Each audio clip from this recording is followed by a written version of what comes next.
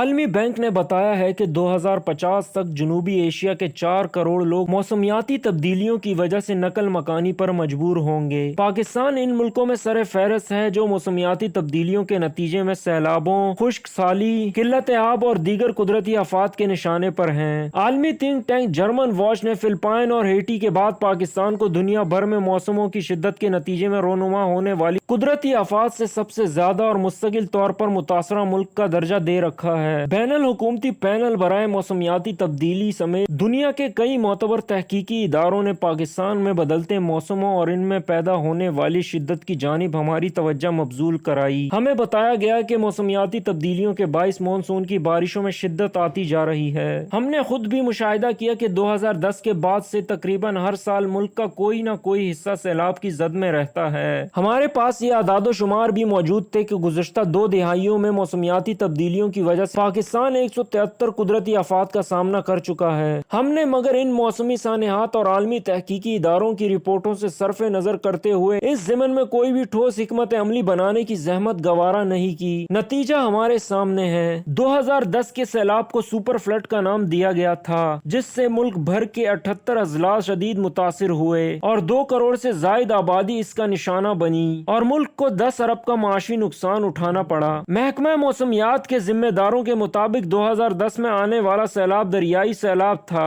جبکہ رواں مونسون میں آنے والے سیلاب کو فلیش فلڈ کا نام دیا گیا ہے۔ دونوں بدترین سیلابوں کا موازنہ کرتے ہوئے این ڈی ایم اے کا کہنا ہے کہ 2010 میں آنے والا سیلاب غیر متوقع تھا، جس کے لیے کسی بھی قسم کی تیاری کا موقع ہی نہیں ملا تھا، جبکہ موجودہ سیلاب کے حوالے سے تمام متعلقہ اداروں اور حکومتوں کو آگاہ کر دیا گیا تھا، لیکن بارشیں اتنی زیادہ ہوئیں اور بعض علاقوں میں سیلابی ریلیں اتنی شدت سے آئی کہ انسانوں اور انفراسٹرکچر سمیت ہر چیز کو بہا کر لے گئے۔ آج ملک کا 1/3 حصہ زیر آب آ چکا ہے۔ ایک اندازے کے مطابق ملک کا ہر 7واں شہری اس موسمیاتی تباہی کے نتیجے میں پیدا ہونے والے بدترین اور ہولناک نتائج کا سامنا کرنے پر مجبور ہے۔ پاکستان کو اب تک کم از کم 10 ارب ڈالر کا نقصان ہو چکا ہے، جبکہ متاثرہ علاقوں میں انفراسٹرکچر کی بحالی میں 5 سال کا عرصہ لگ سکتا ہے۔ ادارے کے مطابق صوبہ سندھ سیلاب سے سب سے زیادہ متاثر ہوا ہے، جس کے 23 اضلاع آفت زدہ قرار دیے جا چکے ہیں۔ 1 کروڑ 45 لاکھ سے زائد آبادی متاثرین میں شامل ہے۔ بلوچستان کے 34 اضلاع اور 91 لاکھ 82 ہزار سے زائد لوگ، پنجاب کے 8 اضلاع اور 48 لاکھ سے زائد آبادی، کے پی کے 33 اضلاع اور 43 لاکھ سے زائد آبادی متاثرین میں شامل ہے، کیونکہ صوبے کا بیشتر علاقہ پہلے ہی پانی میں ڈوبا ہوا ہے اور اندازے کے مطابق 7 لاکھ کیوسک پانی جو سیلابی ریلے کی صورت میں اوپر سے آ رہا ہے، تباہی کی مزید داستانیں رقم کرے گا۔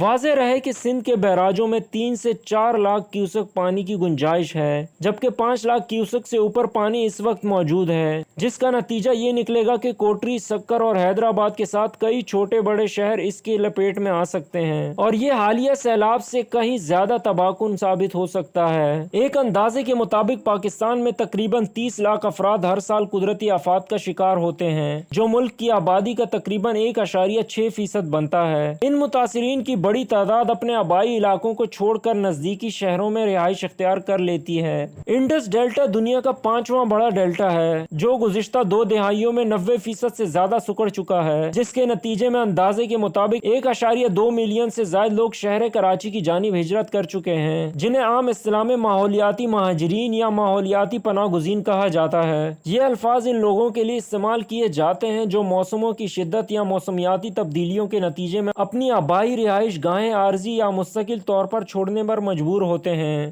واضح رہے کہ ماحولیاتی پناہ گزینوں کی اصطلاح 1985 میں اقوام متحدہ کے ماحولیاتی پروگرام UNEP سے تعلق رکھنے والے ماحولیاتی ماہر عصام البناوی نے ایجاد کی تھی۔ عالمی تنظیم ایکشن ایڈ کی جاری کردہ ایک رپورٹ کے مطابق پاکستان میں سطح سمندر میں اضافے، صاف پانی کی قلت، ماحولیاتی نظام میں بگاڑ، فصلوں کی پیداوار میں کمی اور خشک سالی کی وجہ سے 6,82,000 افراد 2020 تک موسمیاتی مہاجرین بن کر اپنے آبائی علاقوں سے نقل مکانی کر چکے تھے۔